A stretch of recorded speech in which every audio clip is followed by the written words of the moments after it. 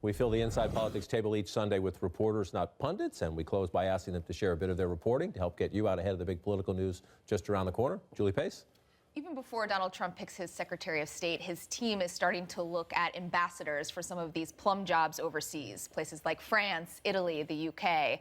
And this is another area where it looks like Trump is more likely to pick from the swamp than drain it. Some of these big Republican donors who eventually came around and donated to his campaign in the general election are expressing their interest in jobs, and I'm told they're getting a pretty warm reception from the transition team. And when it comes to ambassadors, this is just one of those areas where every time you have a new president, you get a lot of complaints about the influence of money in our politics, and yet it always seems to play out the same way. Always seems to. If they have a small island left over, maybe some volunteers here at the table. Jonathan? I'm told that the Trump folks want to make Heidi Heitkamp the Ag Secretary and Joe Manchin the Energy Secretary. Now, this is a brainchild, I'm told, of Reince Priebus, the former RNC chair, who's now going to be the chief of staff of the White House. The idea here, not too subtle, is to take two Democratic senators out of the Senate who both happen to be what? Up for re-election in Trump states in 2018, put them in the cabinet, and add 2 seats to the GOP ranks. One complication, though.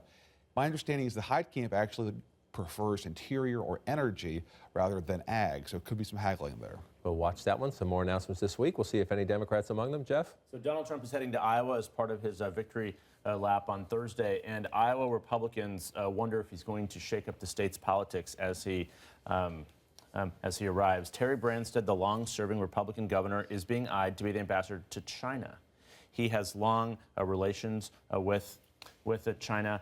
He supported Donald Trump from the very beginning. I talked with a couple people in the Trump transition yesterday. They said, yes, he is indeed on the very top of the list for that. Not done, of course, but watch Iowa on Thursday when Donald Trump heads out there.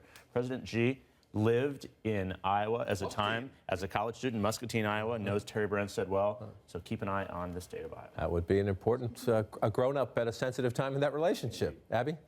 Well, Donald Trump supporters voted for him because he wasn't a typical Republican, he wasn't a typical Democrat. His infrastructure plan, carrier deal, position on trade, all fit into that mold. His aides this week expressed some acknowledgement that he can't really break out of that mold. He can't really become a typical Republican once he gets to Washington. So we should look for this as a kind of frame for how to understand the Trump administration.